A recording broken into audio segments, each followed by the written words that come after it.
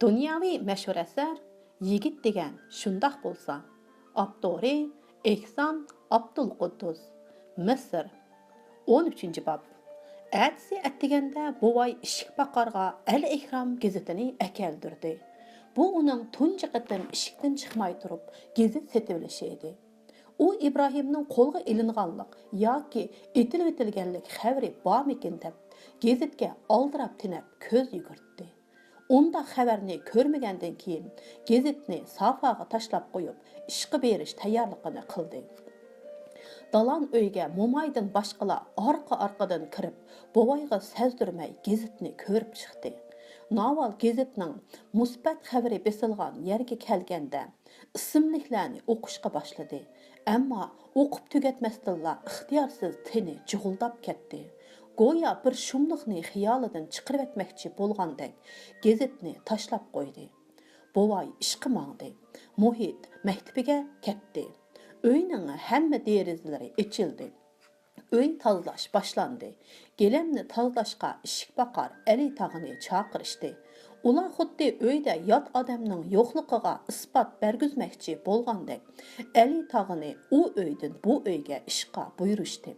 Naval Muhitning hujrasiga kirdi. U bu uyni İbrahimning uyi deb odatlanib qolgan edi. Onun ko'ziga uyning hamma bulung pushqoqlardan İbrahim ko'ringandek bo'ldi. Mana bu İbrahim tamoq yeydigan yer. Bu İbrahim uxlaydigan yer.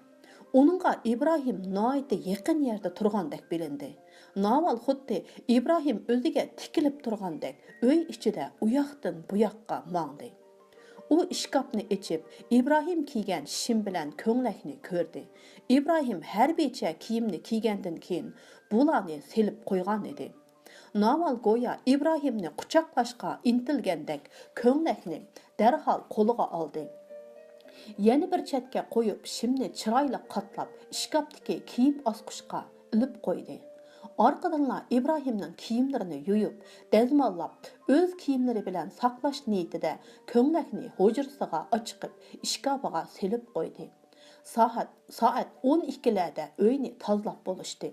Ishik baqar Ali tog'a ayol xizmatkar Saniyani chaqirib kelishga mangdi.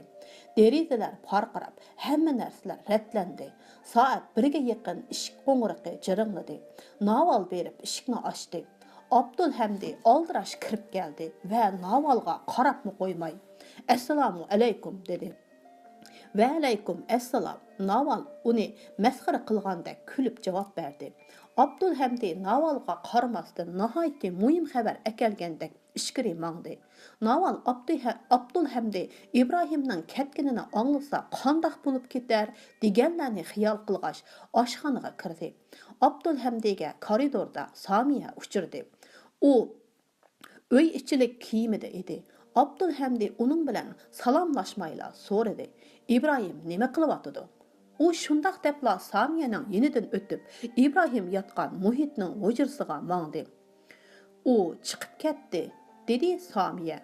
Abdulhamdi o'z quliqiga ishonmagandek Samiyaga qaradi va gapning ma'nosiga toza yetmasdan so'radi.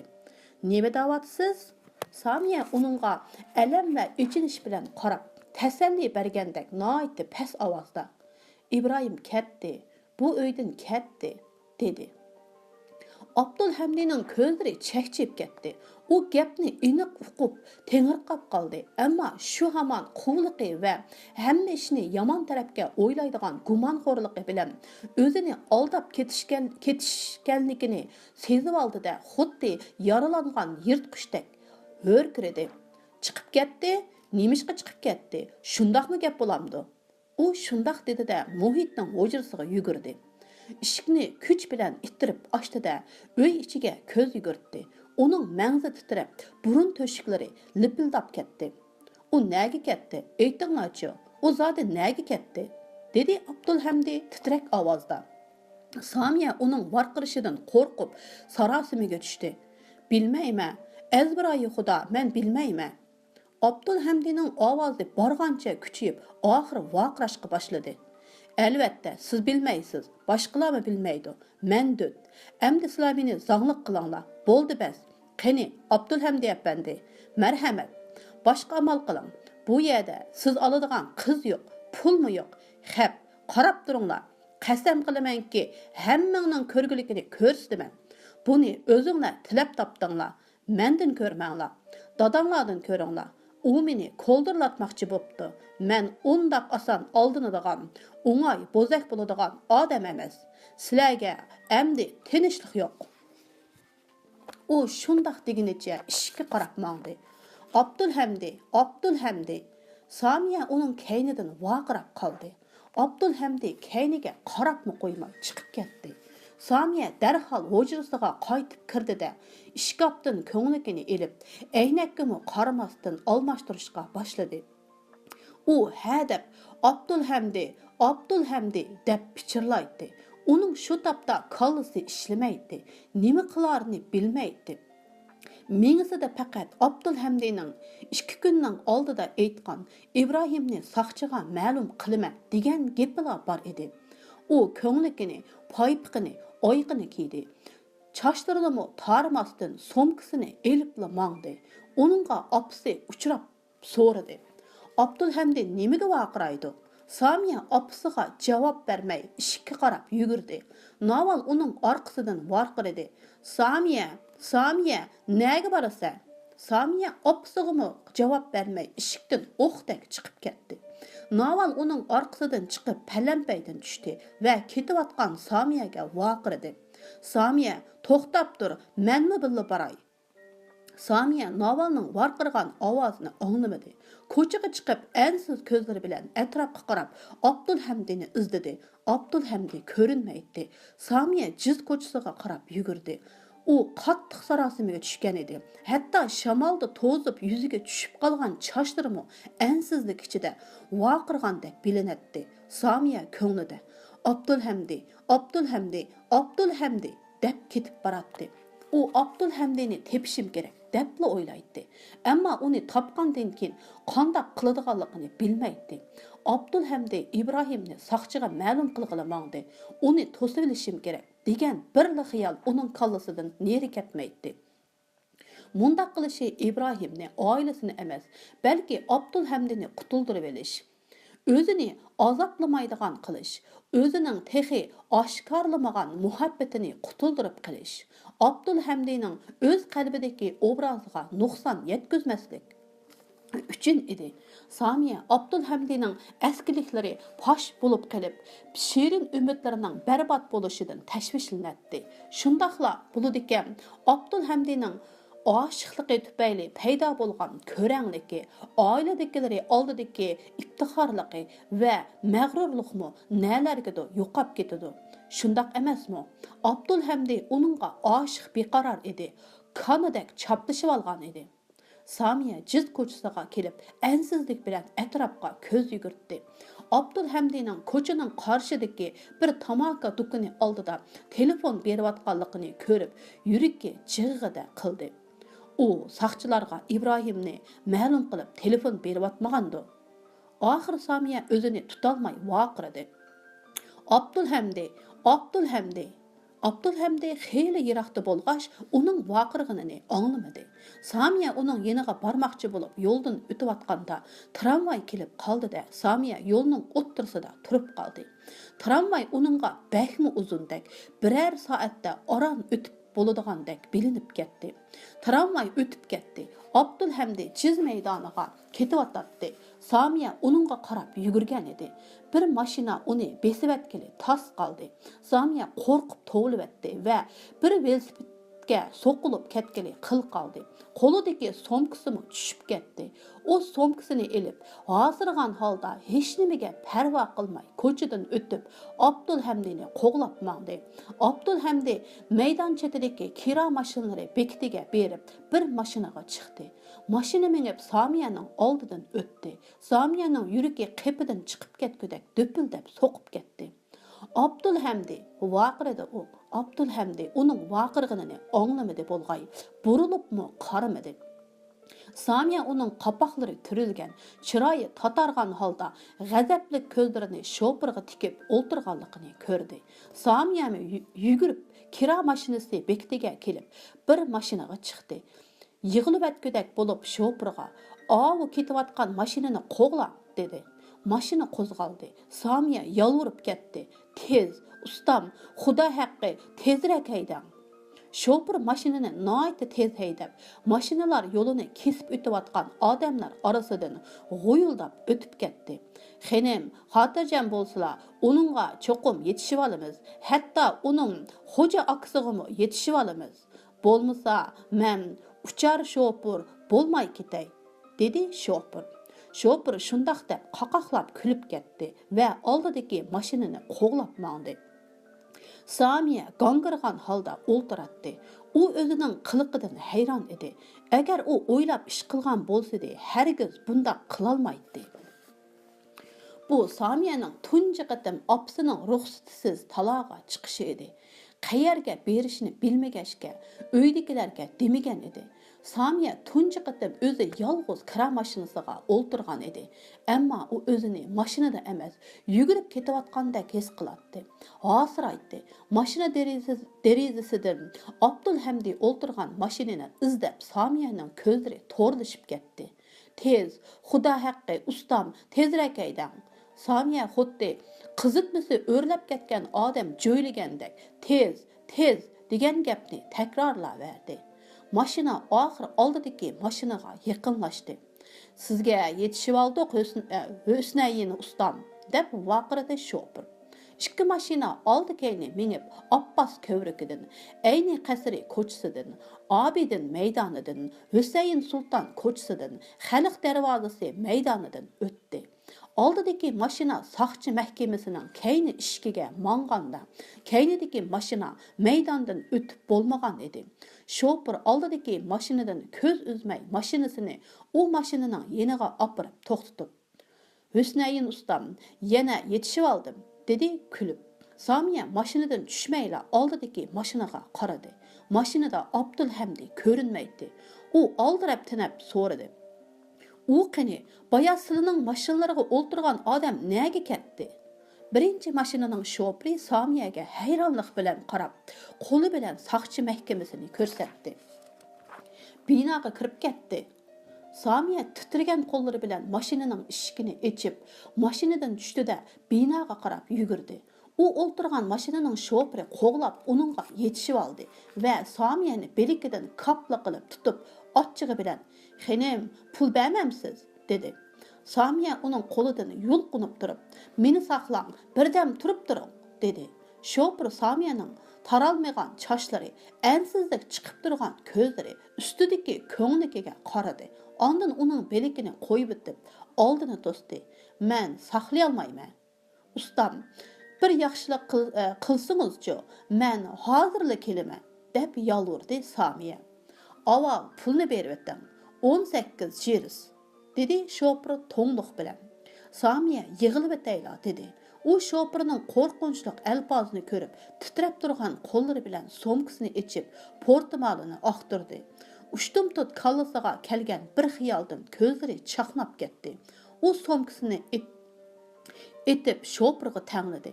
"Mani tuting, somkamni elib, meni birdam saqlab turing. Meni uyimga opirib qo'yasiz", dedi. Shofir sal bo'shidi. Samiyaga hesdashlik bilan qarab, somkaga qo'l uzatdi-yu, lekin somkani olmay, "Bo'pti, saqlab turay, ammo bek hayol bo'lma", dedi. Samiya soqchi mahkamasiga kirdi. U bir cho'ng o'yli bo'lib, bir muncha kichik mashina va soqchi mashinalari turardi.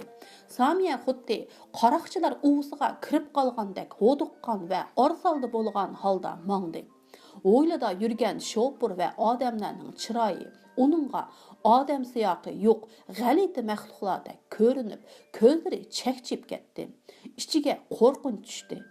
U so'l tarafdagi bir eshikni ko'rib, shu yoqqa bordi.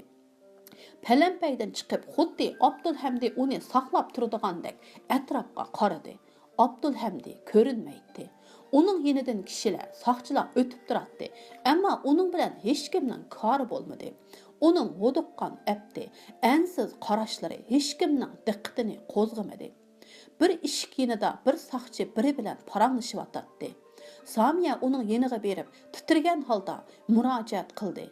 "Ranjimasangiz, Сақчы оныңға ләппіде қарап қойды да, гоя оны көрмегендек алдыдaki адам білән параңнышы verdi.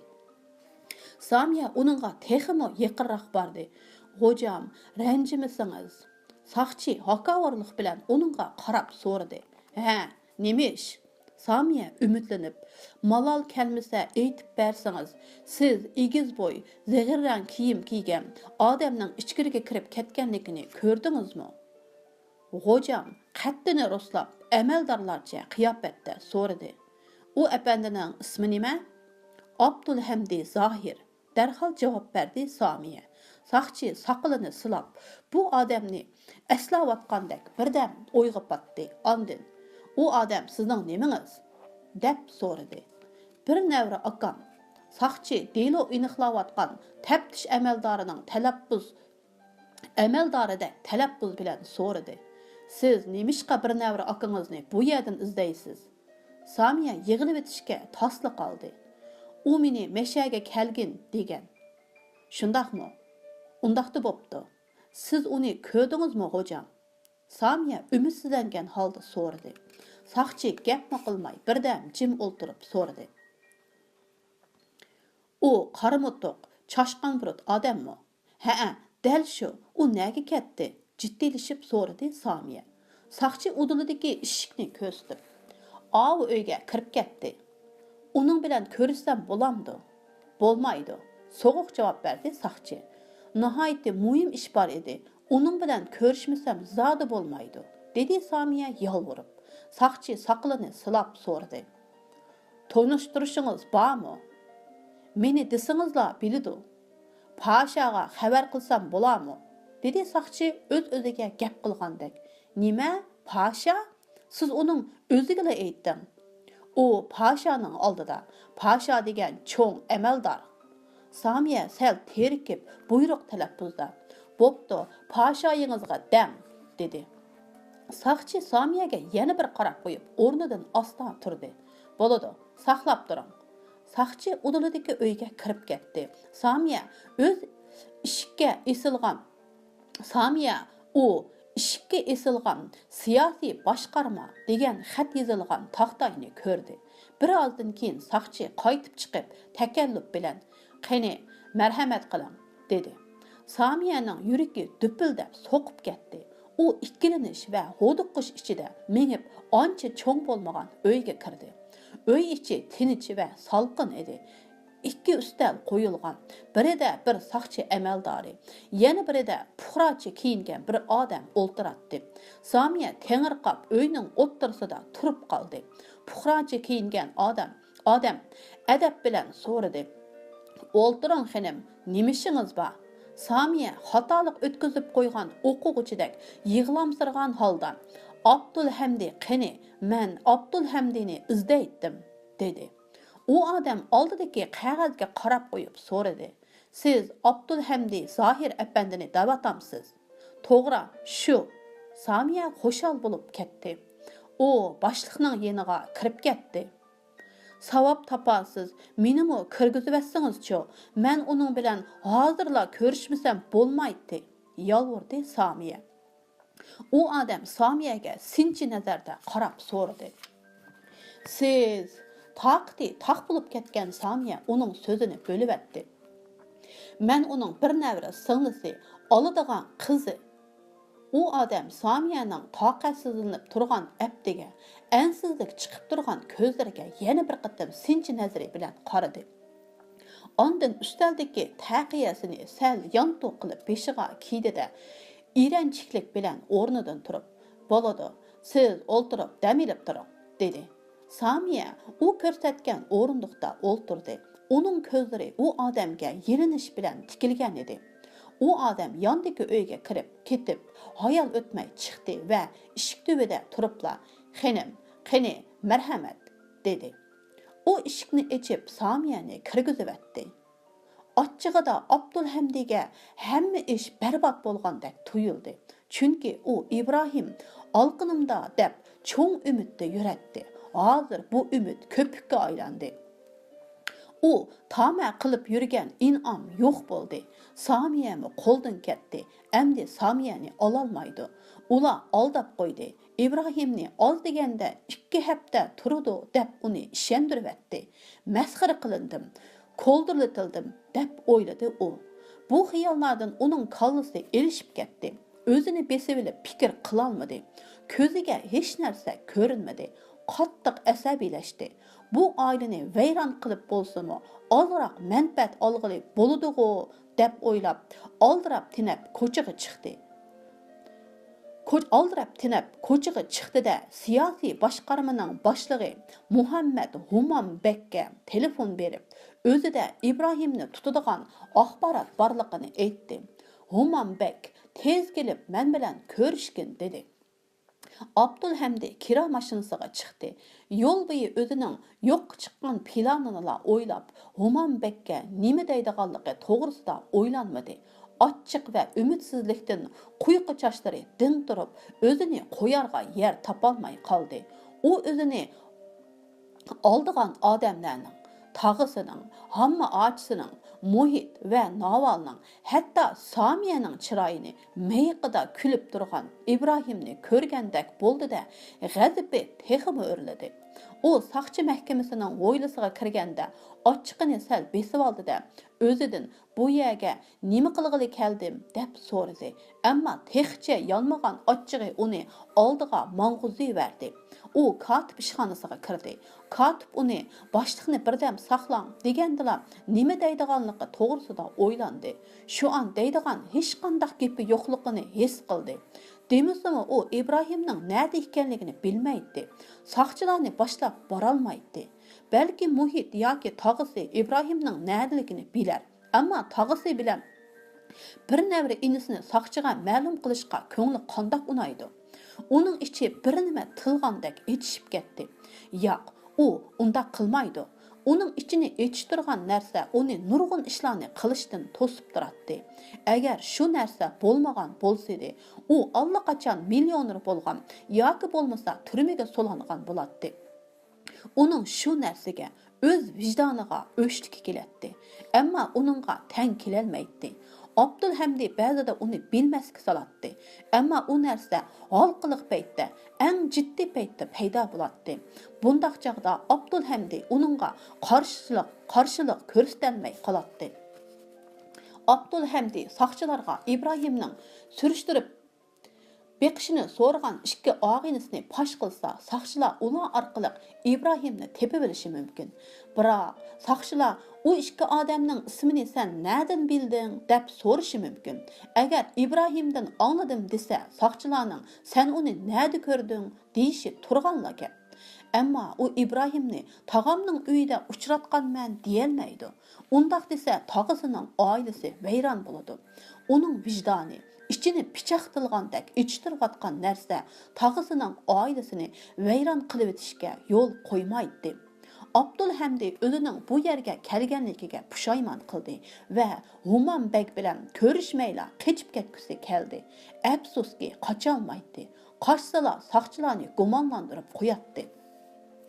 U keyin bilinib qolgan taqdirdimi hech nima bo'lmas deb yolg'on aytmoqchi bo'ldi. Katib uni ichkiriga taklif qildi. Abdulhamdi kang tasha, ammo qorong'uroq ishxonaga kirdi. To'rdagi yo'g'on ish ustuli oldida Humanbek o'ltiradi. U Spanya qiyofatda o'ltiradi. Ammo bu saxta qiyofatini qismoq ko'zlaridan chiqib turgan yovuzligini yapolmagan edi. Humanbek o'rnidan turib, xuddi qadinas do'sti bilan ko'rishdigandek qizg'in holda qo'lini so'zib keldi. Abdulhamdi qo'llari titragan holda uning bilan ko'rishdi. Abdulhamdi qattiq alaqsada bo'lg'ashqa yuragi qepidan chiqib ketgandek so'qib ketdi. Humanbek uni xurum safaga taklif qildi-da, İbrahim Hamdi to'g'risida gap ochmay qahvaxonada o'ltirib paranglashayotgandek tabiiy holda paranglashdi. U Abdulhamdini jiddiylashtirmaslik, uning ishonchiga erishish uchun shunday qilyotdi. Degandek Abdulhamdi o'zini besib olib, chechilgan xiyolini yig'ishga boshladi. Humanbek İbrahim Hamdi to'g'risida gap ochqicha oraliqda katib kirib, Humanbekning quliqiga pichirladi. Humanbek kulib ketib, "Kirsin" dedi. ishxonaga Samiya kirdi va Abdulhamdiga tikilginicha uyning o'ttirsida to'xtab qoldi. Abdulhamdi go'yo o'z vijdonini ko'rgandek Samiyaga hayron bo'lib qoldi. Siz nima deb keldingiz? Samiya hayajonini besib olmoqchi bo'lgandek pichirladi. Arqangizdan qo'g'lab keldim.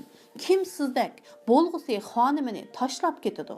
Samiya uni eritmoqchi bo'lgandek bo'lg'usi xonimi degan so'zni unlikroq aytdi.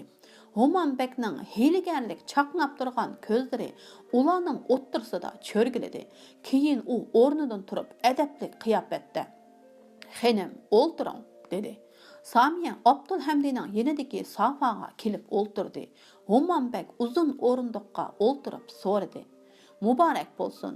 Sizlar ma'qullashqili qancha vaqt bo'ldi?" Samiya Homanbekka emas, Abdulhamdiga qarab javob berdi. "Endi bir hafta bo'ldi." Samiyaning ko'zlari mana men keldim. Menga bo'lgan muhabbating, meni elish orzuyingning haqqi hurmati uchun mening oilamizning sirini saqla deb ogohlantirayotgandek Abdulhamdiga mixda qadaldi. Abdulhamdi darhol beshini töven saldi. Chiroyi tatirib, ixtiyorsiz qo'llarini uvuladi. Uning Samiyaga ochchig'i keldi. U nemishqa orqamdan keladi? Nima deb o'zi yolg'iz soqchi mahkamasiga kiradi? Nemishqa bundaq sangul-sungul holatda ko'chaga chiqadi? U qandoqlarcha bundaq yurakli bo'lib ketgandi? U sarangdakla ish qilibdi-ku. Abdulhamdi bir navri singlisi oladigan qizining soqchi mahkamasiga yolg'iz kirganligidan izo tortib yuzi yer bo'ldi. Arqadanla o'ziga ochchig'i keldi.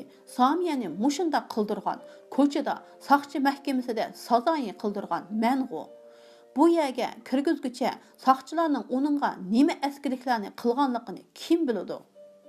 U ochchig'ini bosolmay qoldi. Chiroyi o'zgarib, qo'llari titrab ketdi.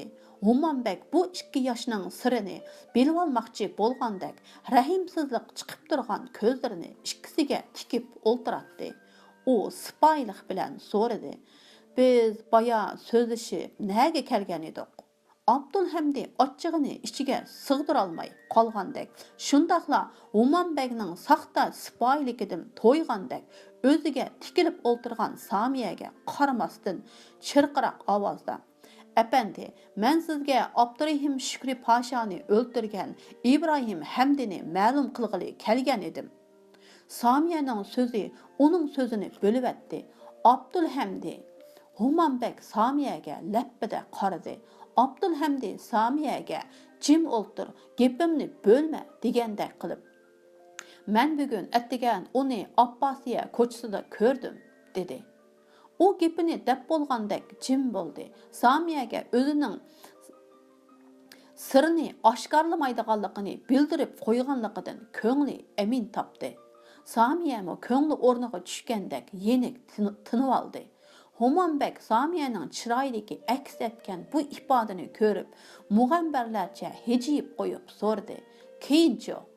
Abdulhamdi hayron bo'lib qoshlarini yimirdi. Chunki u bundaq savolning qo'yilishini o'ylamag'achqa tayyorligi yo'q edi. Shunga u duduqlab ketdi. Keyin men uning kayniga tushdim." Abdulhamdi gapni qilibla dam elib olmoqchi bo'lgandek to'xtab qoldi. "Belli, keyinchi?" oldiratdi Homanbek. Abdulhamdiga titrak o'lashdi. "Keyin men uning bir mashinaga chiqqanligini ko'rdim-da, sizga telefon berdim." "Mashinaning nomerini ko'rib olmadingizmi?" "Yo'q, xudo haqqi. Men yiroqda bo'lg'achqa mashinaning nomerini aniq ko'ra olmadim. Uning ustiga mashinaning nomer taxtasi datlashib, nomerimi o'chib ketibdi-ekan. U chiqishig'ila mashina qo'zg'aldi." "Biror nomerni ko'ra olmadingizmi?" so'radi Homanbek ishonmay. "Ha, 8 bilan 1ni ko'rdim" dedi Abdulhamdi tukurgini yutib. Homanbek "Bo'pti, yolg'on aytdi-va, men sana ishongan bo'lay" degandek mug'ambarlarcha hijoydi va "U mashina qanday ranglik ekan?" deb so'radi. "Qora." "Bu mahbubingiz siz bilan bilmidi?" Abdulhamdi Samiyani bu ishga aralashtirmay degan yerga keldi bo'lg'ay hayajonlanib, yo'q, u yo'q edi, dedi. Samiyami uning gapini ma'qullab, Humonbekka qarab beshini ling'ishitib qo'ydi. Uning ko'zlaridan sabiylik chiqib turadi. Humonbek uningga kulib qo'yib, Abdulhamdidan so'radi: "Siz Abbosiya rayonida o'ltiramsiz?" "Yo'q, men shu barada turaman." Humonbek uningga yolg'on gapni jiqroq aytqizmoqchi bo'lib so'radi: "Undaqda mahbubingiz Abbosiya rayonida o'ltirdi ekanda?" "Yo'q, men shu chog'da bir og'inamga sug'urta rasmiyati o'tab berish uchun Abbosiya rayoniga borgan edim." Humonbek kulib so'raverdi: "U og'iningizning ismi nima?" "Uning ismi Muhammad Navfal", dedi Abdulhamdi sal turib olib. U saqchilarning Abbosiya rayoniga berib, og'inisini izdishidan albatta topolmaydi, ansirgandek qo'shib qo'ydi: "Asli u Yangi Qohira rayonida o'ltirdi. Men Abbosiyada mashinadan tushib, qilib tramvayga o'ltirgan edim." Abdulhamdi jim bo'ldi. Humonbek o'rnidan turib, ustaldagi bir konopkani besib o'tdi. "Bu nihoyatda qimmatli axborot ekan. Bizga rostdanla foydasi bo'lishi mumkin", dedi. Abdulhamdi javob beray deb turishiga kotib kirdi. Humonbek uni bir chetga tortib, qo'liqiga bir nimalarni pichirladi. Kotib chiqib ketdi. Humonbek o'rniga o'ltirdi. "Men sizning xizmatingizda bo'laman", dedi. "Men sizning xizmatingizda bo'laman", dedi Abdulhamdi. Humonbek miyqida kulib qo'ydi. "Qandaqli bo'lsin, sizga rahmat aytamiz. Siz yana boshqa ishlarni bilib qolsangiz, kelib menga ayting. Hozir unutib qolgan ishlar keyin esingizga tushib qolsa, udulla meni topsangiz bo'ladi. Biz sizlardek vatanparvar odamlarga ko'proq tayinimiz." Abdulhamdi Humonbek meni qasdan masxara qilyotidi deb o'ylab o'rnidan turdi. Samiyami o'rnidan turdi. "Kessam bo'lamdi?" so'radi Abdulhamdi. "Rahmat, ko'p rahmat. Xayr, biroq adresingizni kotibga qoldirib keting. Bayon siz deganlarni arxiv qilib qoldirib olishimizmi mumkin? Mengu anglaganlarimni esda tutib oldim. Kallamdagi bundaq arxivlar bek ko'p bo'lib ketdi", dedi Humonbek o'rnidan turib, qo'li bilan beshini ishorat qildi. Ondan Abdulhamdi va Samiya bilan qo'l ilishib xo'shlashdi va ularni ishikcha uzitib qo'ydi. Katibmi ularni nihoyatda hurmat bilan uzitib qo'ydi. Ular sirtqa chiqdi. Samiya Abdulhamdiga xo'shal nazarda qaradi. Ammo Samiyaning qarashlari Abdulhamdining g'azabli qarashlari bilan uchrashdi. U Samiyaning qo'lini ching siqib g'azab bilan: "Mushu turqingiz bilan nima deb orqamdan keldingiz? Sarang bo'ldingizmi nima? Ozroq tarbiya ko'rgan siyoq yo'q sizda. Mushu turqingiz bilan ko'chaga chiqdingizmi? Qachondan boshlab bo'yiga yetgan qizlar soqchi mahkamasiga kiradigan bo'lib qoldi", dedi. Samiya xuddi uning ochiqlanishidan mamnun bo'layotgandek kulib: "Sizning ochiqingizdan qo'rqib", dedi. "Yo'q gap. Siz mening ochiqimdan qo'rqamsiz? Hargiz undaq emas. Bekorga ochiqlanib nima qilaman? Siz oilangizdan, Ibrohimingizdan tashvishlanasiz. Hargiz ochiqimdan qo'rqib qolmaysiz", dedi Abdulhamdi zardi bilan. "Undaq emas. Azbiroyi xudo, sizdan ansiradim." "Nemishqa endi xenim?" Abdul hayajonlandi. Samiya o'ylanibgina javob berdi. "Sizni qayta ko'ra kelmasmikin deb ansiradim. Siz to'g'ri aytmadingiz Abdulhamdi. Hamma odam sizni zanglik qilgan taqdirdami men undaq qilmayman." U Samiyaning qo'lidan tutib, xalq darvozasi maydoni tarafga mangdi. "Bo'ldi, bu yoqqa mening. Men tugashdim. Siz bilan to'y qilg'im va bo'sug'inglarga dastugim yo'q", dedi Abdulhamdi. Samiya uningdan qolmay deb cho'ng-cho'ng qadam tashlab mangdi. "Bundaq demang Abdulhamdi", dedi u. Samiyani elib kelgan kira mashinasining shoferi Samiyaning oldiga kelib: "Xenim, men bu yerda", dedi. "Bu yoq meni elib kelgan kira mashinasining shoferi. Men uydan chiqqanda pul elib olishni unutib qopdimi?" dedi Samiya to'xtab. Abdulhamdi yançıqidagi pulning hisobini qilayotgandek sal turib oldi. Ondan mashina tarafga minib Somiyaga "Mashinaga chiqing" dedi. Biz avtobusga yoki tramvayga o'ltirib ketsakmi bo'ladi-ku? Chiqing degandekin chiqmamsiz, dedi Abdulhamdi Somiyani ittirib. Ular mashinaga chiqdi. Somiya go'yo o'zini to'y ma'rikasidan keyin Abdulhamdi bilan hujrasiga ketayotgandek his qilib, bir xil rozimanlik nazari bilan Abdulhamdiga boqdi. Abdulhamdining o'ziga ochig'i kelyotdi. U boya Hummonbekka degan gaplarimda chinib qolgan yerlari bormi yo'q deb qilgan har bir eg'iz so'zini eslab chiqdi. Tozimi dut, ahmoq, divang ekanman deb beorom bo'ldi. Somiya uyalgan holda qo'lini Abdulhamdining qo'lining ustiga qo'yib, "Abdulhamdi, o'zingizni uxratmang, ish o'tib ketdi. Xudoyim buningdan keyin ishimizni oson qila", dedi. Abdulhamdi qo'lini Somiyaning qo'lidan tortib oldi. "Ishingizni qiling. Hozir siz bilan yuradigan, bundoq gaplarni qilishgan vaqtim yo'q." Somiya bo'ysunib jim bo'ldi. Ammo muhabbat o'tida yongan Shehla ko'zlarini Abdulhamdidan uzmadi. Uning endi o'z muhabbatini yoshirg'isi kelmaydi. Abdulhamdi meni yaxshi ko'rganligi uchunla saqchiga yolg'on gap qildi deb o'ylab, muhabbatini yoshirib o'ltirmadi. Mashina ularni uyga akilib qo'ydi. Ular mashinadan tushdi. Abdulhamdi mashinaning yo'l hisoblash ko'rsatkichiga qarab, Somiyaga "Sening kasobatingdan chiqimdor bo'lyapman" degan ma'noda lappida qarab qo'yib, yanchiqidan pul ilib, kira haqqini berdi.